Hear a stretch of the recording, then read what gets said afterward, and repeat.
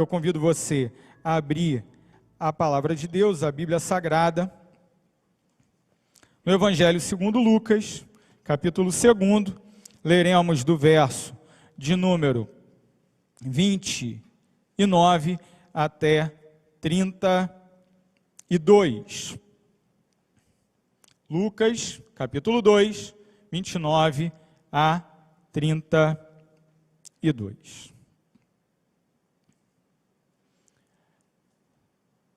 Nós provavelmente projetaremos ali o texto, muito bem. Eu vou ler na versão que está sendo projetada, ainda que depois, quando eu voltar ao texto durante a mensagem, eu vou utilizar outra versão. Não tem problema, apenas para que possamos acompanhar juntos agora. Este é um texto belíssimo, e é importante que compreendamos não apenas a sua mensagem, mas o meio pelo qual o Senhor escolheu transmitir a sua mensagem. Conhecido como Cântico de Simeão, Nunc Dimittis, diz assim: Ó soberano, como prometeste, agora podes despedir em paz o teu servo, pois os meus olhos já viram a tua salvação, que preparaste à vista de todos os povos, luz para a revelação aos gentios e para a glória de Israel, teu povo. Somente até aí. Queridos, temos diante de nós um texto belíssimo e um texto tipicamente natalino. Como eu acabei de dizer, esse texto é conhecido como Nunc Dimittis, que são as duas primeiras palavras do texto na sua tradução para o latim. Agora, despede. Seria mais ou menos essa tradução literal. Despede agora. Despede agora quem? A mim, Senhor. Já estou velho, já está na hora, posso partir. Por que será que o autor aqui destaca essa colocação? Por que será que Simeão, o homem que pronuncia essas palavras, diz: Senhor, agora pode me levar? Por que será?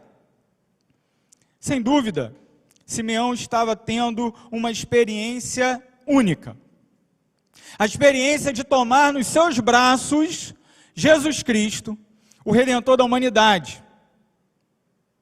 Qual é então, fica para nós a pergunta nessa hora, qual é então a reação que temos diante do Cristo?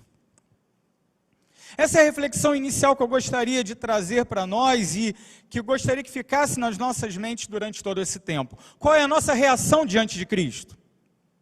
Nesta semana, um artista, um homem da mídia, um homem que tem muitos seguidores e tem muita audiência, alguns até chamam este homem de humorista, apesar eu particularmente não vejo graça nenhuma nele, mas ele assim se intitula e as pessoas assim o reconhecem, declarou que quanto mais lê a Bíblia, mais ateu fica. Olha o que ele disse: quanto mais lê a Bíblia, mais ateu fica. Ele disse que lê a Bíblia e que ao ler a Bíblia, ele fica mais convicto de que não existe Deus. Que coisa mais estranha, né? Afinal de contas, a Bíblia não é livro de crente? A Bíblia não é livro de gente que crê em Deus? A Bíblia não é um livro que fala de Deus? Então, para que esse camarada lê a Bíblia? Bom, o fato é que diante da revelação do Cristo, porque é isso que a Bíblia é, do Gênesis ao Apocalipse, a revelação do Cristo, morto e ressuscitado, ele apresentou uma reação em seu coração. Qual é a reação que a verdade sobre Jesus tem gerado no teu coração? É muito curioso pensar assim, porque logo nós nos escandalizamos diante de uma pessoa que se declara abertamente ser um ateu. Não, eu não acredito em Deus. Isso é algo que para nós soa até estranho, afinal de contas vivemos num país que é ainda considerado um país cristão e que tem uma maioria muito considerável de pessoas que professam algum tipo de fé cristã. Não apenas a fé protestante, nas suas muitas formas, ou um tipo de fé evangélica, mas a própria doutrina romana, que é, sem dúvida, aí, muito presente na nossa nação, no nosso país, não é verdade? Então é muito estranho uma pessoa dizer que não acredita em Deus. Alguns de nós, talvez, aqui nem conheçamos nenhum ateu, né? Você pergunta para um parente, pergunta para o vizinho, pergunta para o colega de trabalho, pergunta para o colega da escola, e todo mundo fala, não acredita em Deus. Pode ser uma crença assim, bem diferente da nossa, mas a pessoa tem uma crença em Deus, ele acredita que existe um Deus. Choca ainda mais ver um homem que tem contato com a revelação do Cristo, e afirma então que a reação a esse contato é não crer, nem em quem Jesus é, nem na própria existência de Deus. Qual a reação que a verdade de Deus tem gerado no teu coração? Será que distanciamento, incredulidade? Ou fé, confiança e alegria? Quem era Simeão? Vale a pena olhar e entender um pouco, ainda que tenhamos pouquíssima informação sobre esse homem na Bíblia, quem ele era e qual era a sua forma de pensar e de crer e de viver. Quando você lê dos versos 25 a 28, você vai encontrar o seguinte relato do evangelista. Havia em Jerusalém um homem chamado Simeão, um homem este justo e piedoso, que esperava a consolação de Israel, e o Espírito Santo estava sobre ele. Aí está a qualificação de Simeão. Um homem justo, piedoso, e o Espírito Santo estava com ele. Eis as credenciais de Simeão. Não sabemos se ele era pobre ou rico. Nós não sabemos se ele fazia parte de uma elite religiosa ou se ele era um leigo, digamos assim. Não sabemos se ele tinha alguma posição de destaque no ponto de vista da sociedade dos seus dias ou se ele era um desconhecido. O fato é que, se ele era um desconhecido, agora não é mais. A partir deste momento narrado no texto, ele não é mais. Por quê? Primeiro, porque ele havia recebido uma revelação do Senhor. Qual é a revelação? Revelar-lhe o Espírito Santo, verso 26, que não passaria pela morte antes de ver o Cristo do Senhor. Movido pelo Espírito, foi ao templo. O Espírito o levou para que ele tivesse um encontro especial. Qualquer outro diria que aquilo seria um acaso. Afinal de contas, muitas famílias frequentavam o templo, muitos indivíduos sozinhos frequentavam o templo, crianças eram levadas ao templo pelos seus pais. Então, encontrar com uma criança, encontrar com os pais conduzindo um menino, é algo que talvez possa ser considerado corriqueiro, banal. Todo dia acontece. Mas veja que esse não foi um encontro qualquer. O Espírito o levou até o templo, com o objetivo dele encontrar-se com Jesus e com os seus pais. Simeão, então, é esse homem temente a Deus. É esse homem que, diante da promessa de Deus, da consolação de Israel, veja essa expressão no verso 26, no 25 e também no 26, a consolação de Israel, essa era a expectativa dele.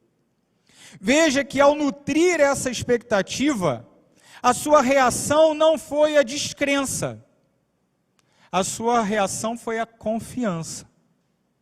Confiança essa que moldou toda a sua vida. Nós podemos compreender a partir do relato, até mesmo pela exclamação: agora pode despedir-me, Senhor, agora pode me levar. Simeão já era um homem avançado de idade, já era um ancião. Esse era Simeão.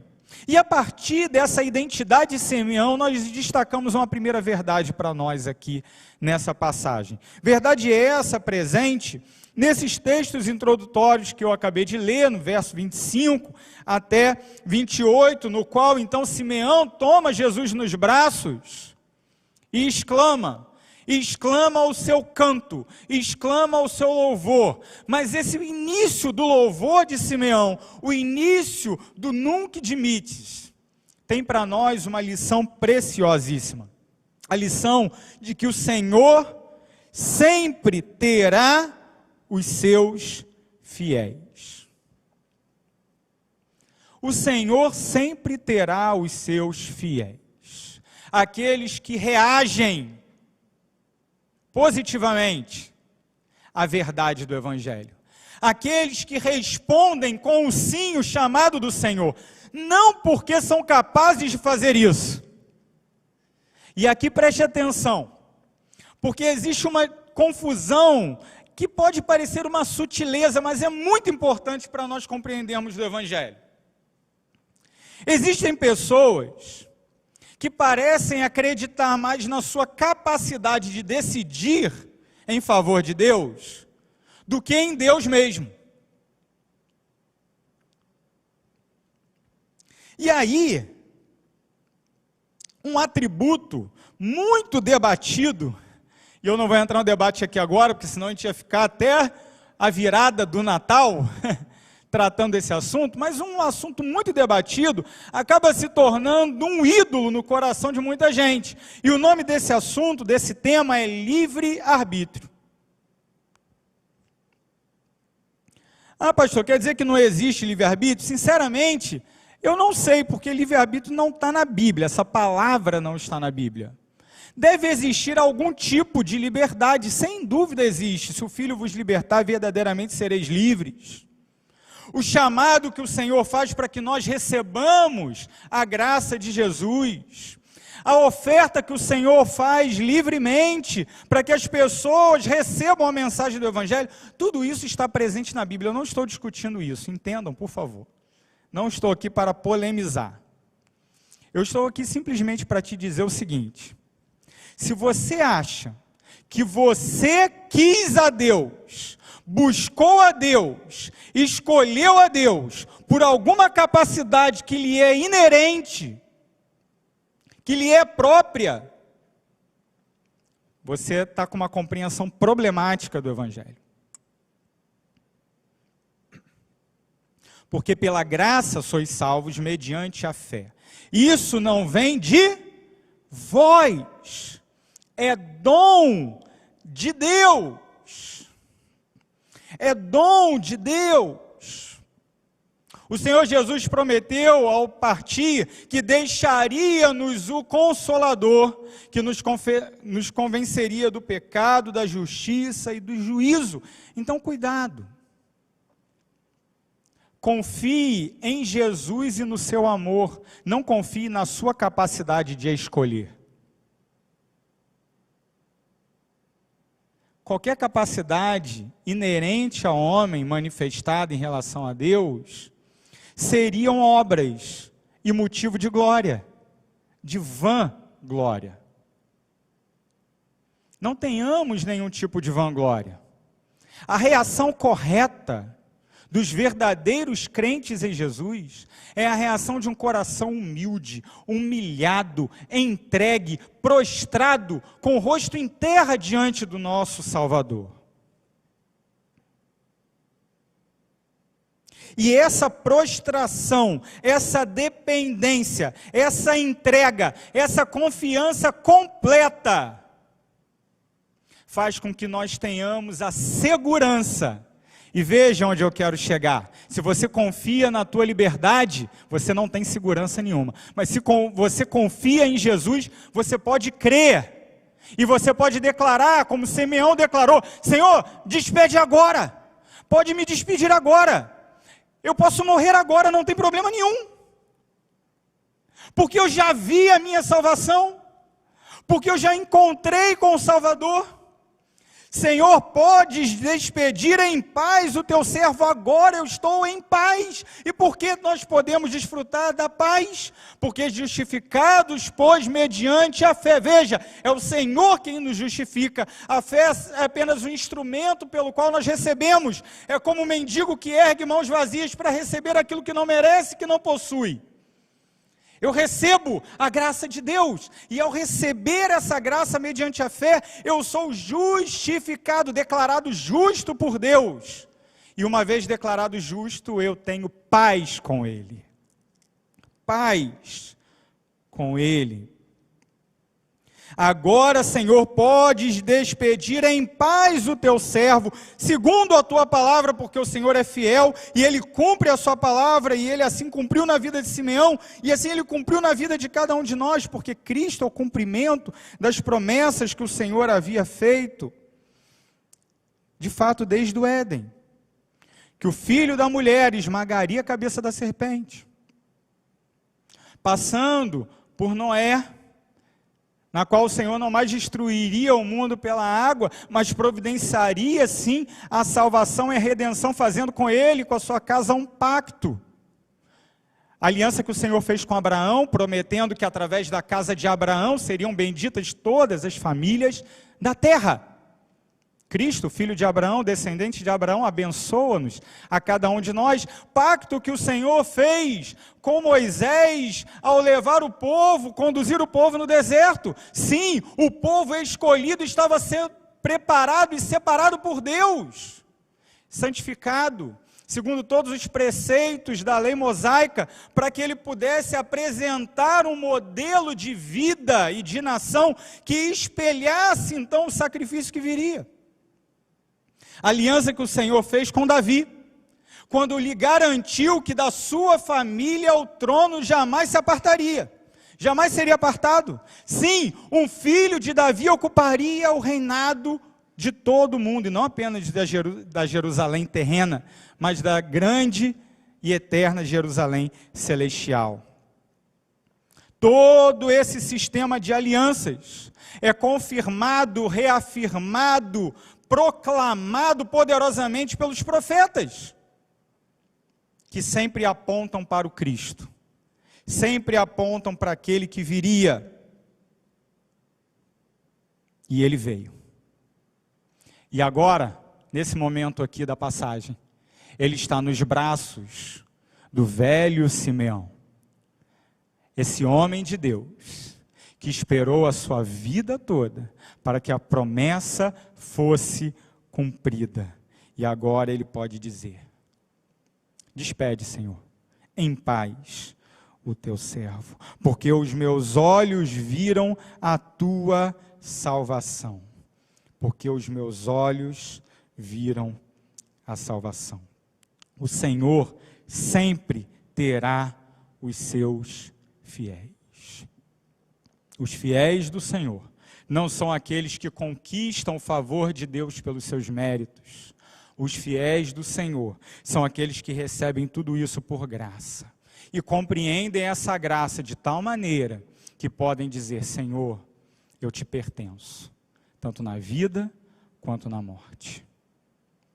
O mundo todo pode me desprezar, todos podem me chamar de louco, todos podem dizer que sou fanático, todos podem apontar o dedo contra mim, o mundo pode me caluniar, pode me rejeitar, pode me oprimir e pode me perseguir, mas ainda assim eu estou em paz. Se o Senhor quiser me despedir agora, estou em paz, porque nesse exato momento, se aqui eu morrer, eu me encontrarei com o Senhor. Esses são os fiéis que o Senhor tem no mundo. Esses são os fiéis que o Senhor tem nos países onde o Evangelho é perseguido com crueldade. Ali estão os fiéis do Senhor. Irmãos que não têm o conforto que nós temos, não têm os bancos confortáveis nos quais estamos sentados, não podem divulgar assim livremente no YouTube a sua mensagem como estamos fazendo, sob o risco da pena de morte. Irmãos que sofrem profunda e cruel perseguição social. O Senhor ali naqueles lugares tem os seus fiéis. Tem pessoas como Simeão era. De fato, muitas vezes eu penso que nós estamos sob um risco maior do que os irmãos perseguidos. Entenda o que eu quero dizer. Nós muitas vezes vivemos o risco do auto-engano.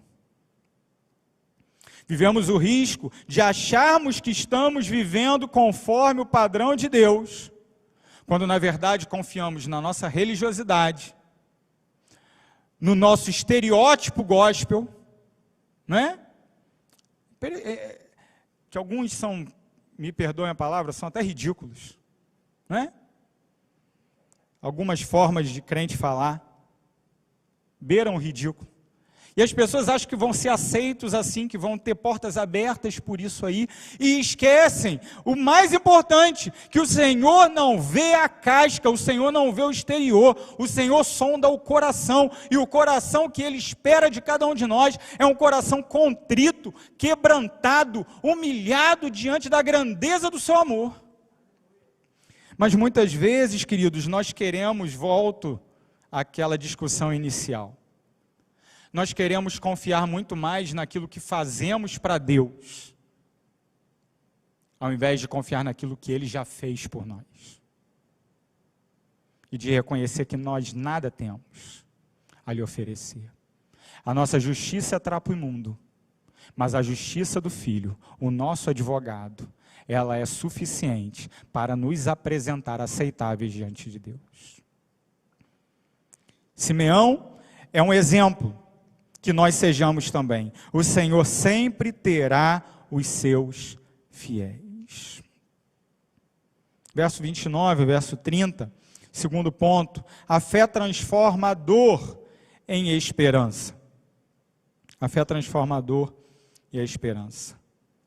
Agora, Senhor, podes despedir em paz teu servo segundo a tua palavra, porque os meus olhos já viram a tua salvação, a qual preparaste diante de todos os povos. O que nós encontramos aqui?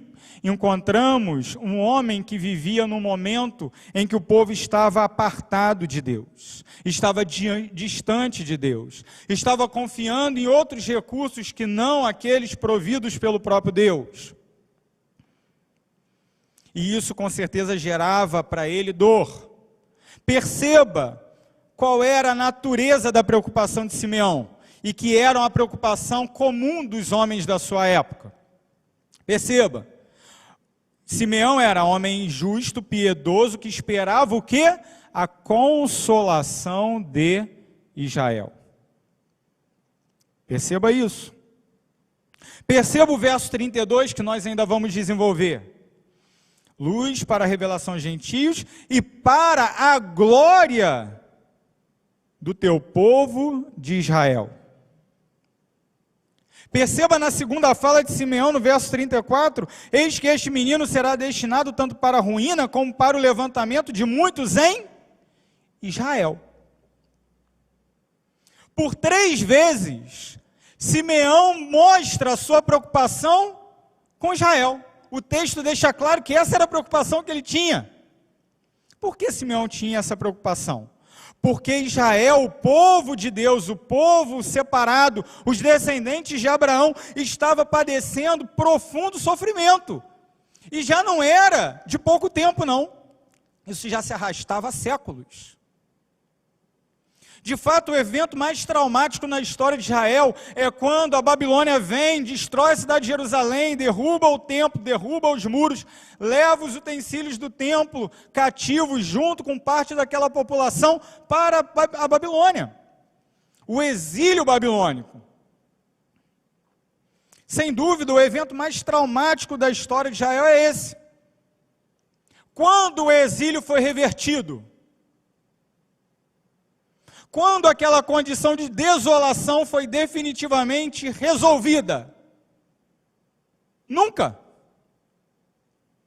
Ah, pastor, mas teve alguns momentos melhores e tal. Sim, teve, de fato teve. O povo voltou, mediante autorização do rei da Pérsia, reconstruiu ali a cidade de Jerusalém. Já falamos tanto sobre isso aqui quando tratamos de Ageu, né? Durante esse ano falamos de Ageu aqui, 5 mensagens em Ageu. O povo estava ali aos trancos e barrancos reconstruindo, mas cadê o rei? Cadê o rei no trono de Davi? Não teve. Não teve rei. Ah, pastor, mas depois teve uns camaradas que eram considerados reis sacerdotes e tal, os asmoneus, aqueles que vieram depois, aquele período dos macabeus, né? Sim, depois teve esse período de relativa e curtíssima independência do povo de Judá em relação ao estrangeiro, mas não houve rei davídico. Não houve. Não houve. E aí? Não houve o reestabelecimento daquela estrutura nacional que havia antes. E essa era a grande expectativa de todo judeu dos dias de Jesus.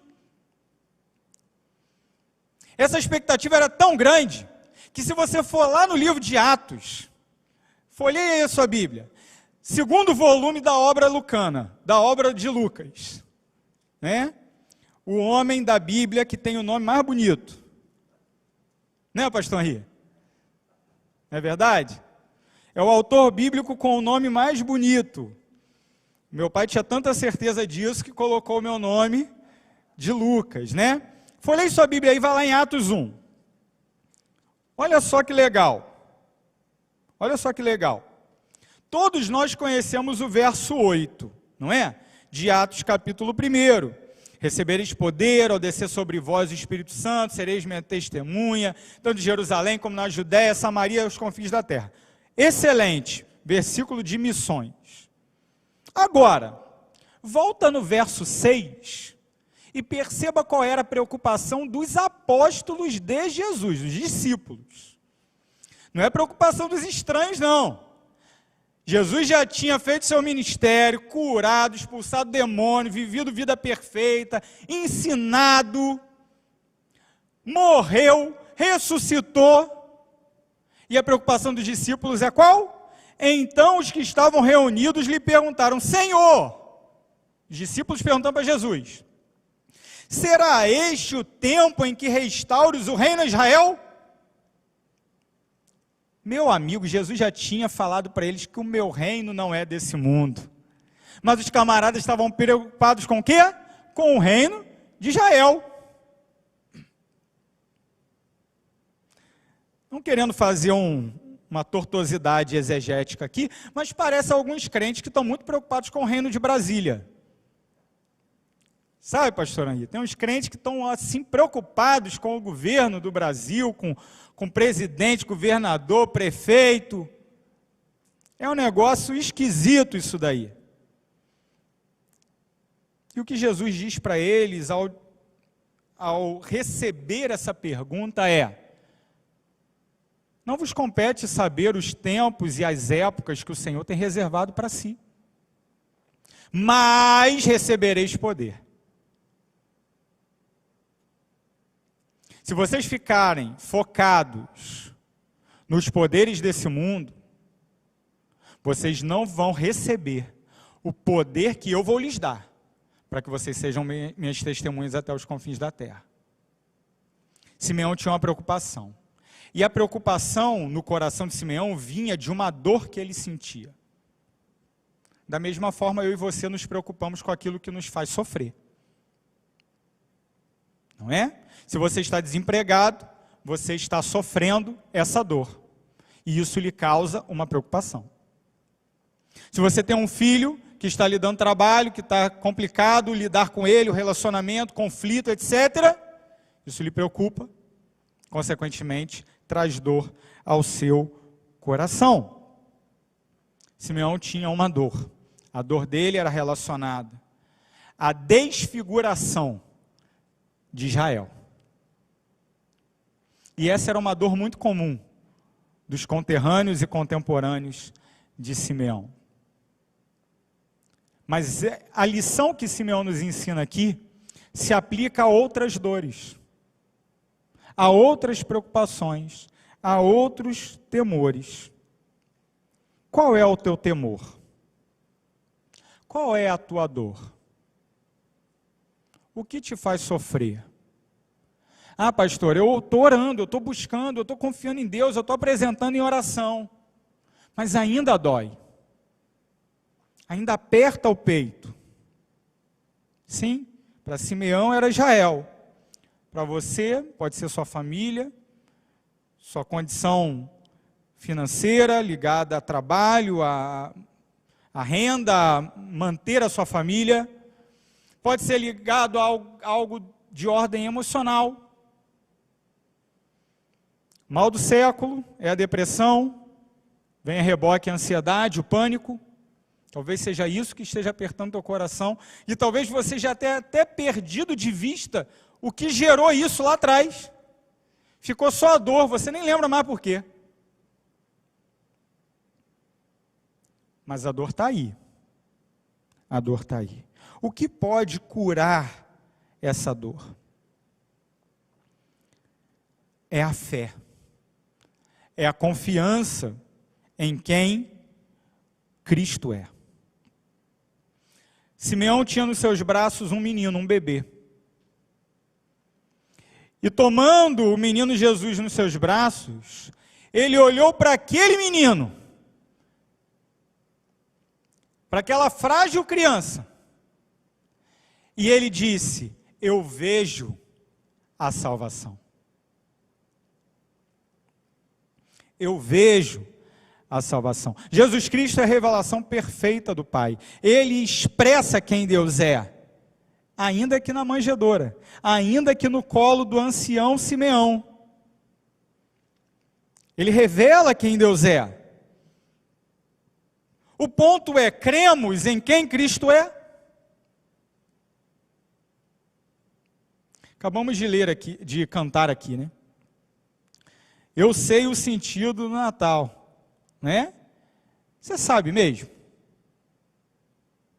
Tem uma outra canção dessa época, lá da época do meu pai e da minha mãe, adolescente ainda, né? E eu muito antes de nascer. Mas eu penso, pastor Henrique, que eu tenho um bom gosto musical, então eu ouço até hoje muitas coisas daquela época. Tinha uma outra canção daquela época que dizia assim: muito embora um só Jesus exista, nem todos sabem vê-lo como é. Filósofo, poeta ou comunista, ou mesmo hippie, já se disse até. Mas Jesus é bem mais importante quando se sabe de seu grande amor. Por isso é preciso hoje que se cante, como Pedro, como fazemos aqui domingo após domingo, quarta após quarta, dia após dia. Jesus, Filho de Deus, o Salvador. Do mesmo disco, pastor Henri, disco, né? Nas Estrelas. O disco Se Eu Fosse Contar, né? Essa aí, quem levantar a mão aí no chat do YouTube que conhece, está entregando a sua já avançada idade. Belíssima canção, e é verdade.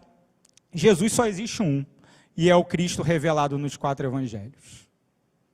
Esse é o único Cristo que existe de verdade. Mas as pessoas até hoje, para fugir da luz do Cristo real, se escondem nas trevas de um Cristo imaginário, que é chamado de filósofo, poeta, comunista, hippie. O Jesus da Mangueira, do ano passado, e tantos outros Jesus imaginários aí que não são o real Cristo da Bíblia, que não é o verdadeiro Filho de Deus, o Salvador, que nasceu, viveu, morreu, ressuscitou para nos livrar dos nossos pecados. E quando nós cremos nisso, e quando confiamos nisso acima de todas as coisas, querido, não há dor que prevaleça no nosso coração.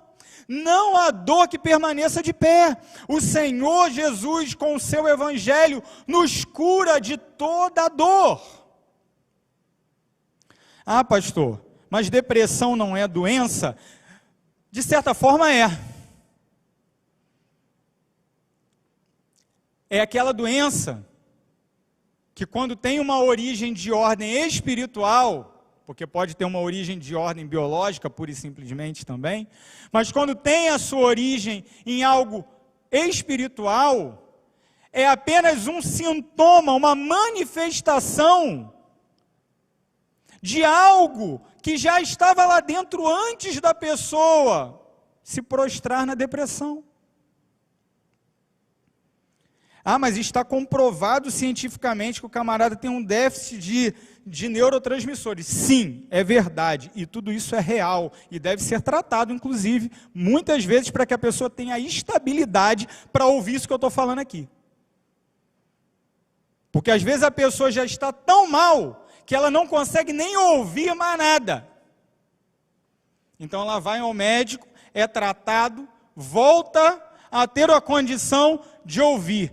Creia em Cristo Jesus de toda a sua alma, de todo o seu coração. Ah, mas eu já criei lá atrás. Sim, mas o evangelho não é para você crer uma vez só não, meu filho.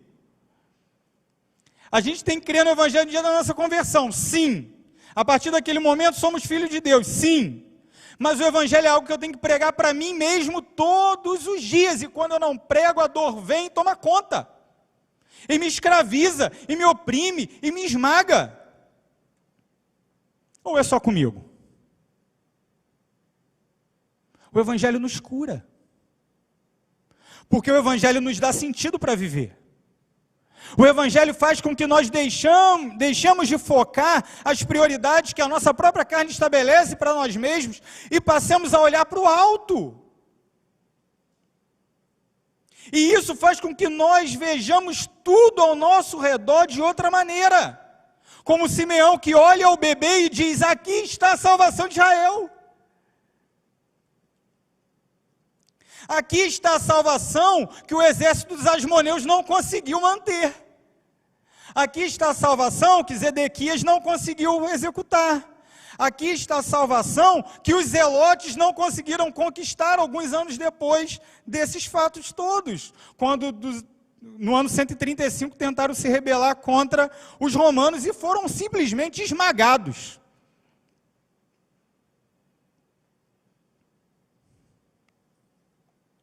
Ah, meus queridos, há tantas e tantas coisas que oprimem o nosso coração, mas existe apenas um que nos livra de toda dor. Um remédio, o Evangelho. E o Evangelho é uma pessoa, chama-se Jesus Cristo. Terceiro e último lugar, nossa esperança, nossa única esperança, está no menino de Belém. Meus olhos já viram a tua salvação, aquele bebê, a qual preparaste diante de todos os povos. Sim, Cristo Jesus é a luz para a revelação aos gentios e para a glória do teu povo de Israel. Mais uma vez, Simeão expressa sua preocupação.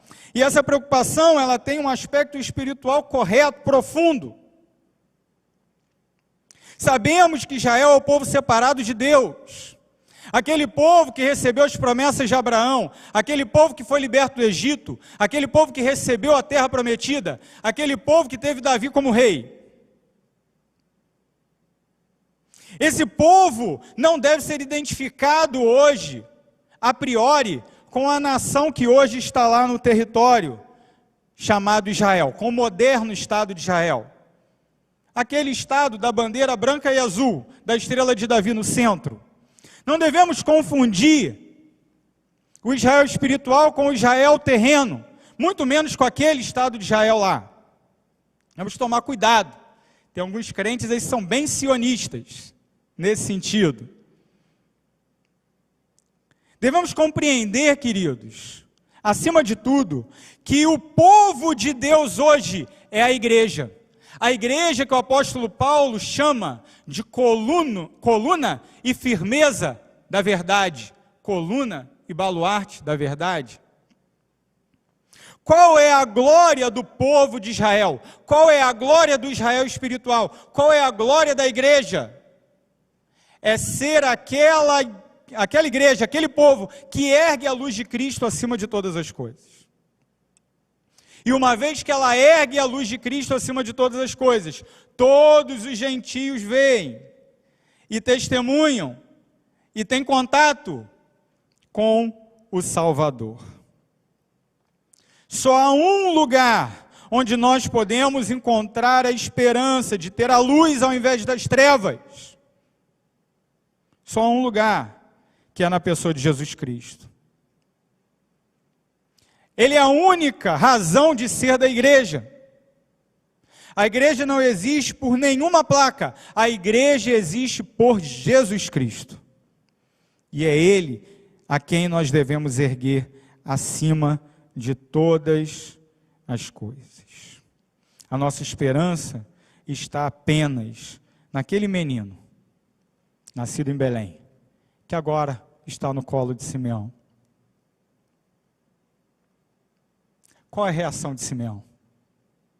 Despede agora, Senhor, o teu servo em paz. Será essa a nossa reação? Diante de Jesus, qual é a sua reação? É a reação de Simeão que diz: Senhor, pertenço a ti na vida e na morte. Ou a reação daquele que diz: quanto mais leio, mais ateu fica? Qual é a tua reação? Saiba que o Senhor sempre terá os seus fiéis. Deus não é menos Deus ou mais Deus se eu ou você cremos nele. Ele é o mesmo Deus, ontem, hoje e eternamente. Ele sempre terá os seus fiéis. Os seus fiéis são aqueles que se prostram diante dos seus pés. E esses que são transformados pelo Evangelho de Jesus, têm a fé que os nutre, que os capacita a transformar a dor em esperança.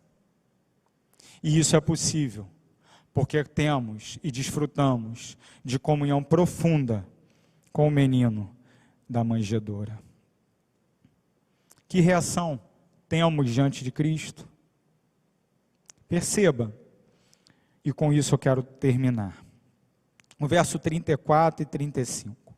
Simeão os abençoou e disse a Maria, mãe do menino: eis que este menino está destinado tanto para a ruína como para levantamento de muitos em Israel, e para ser alvo de contradição.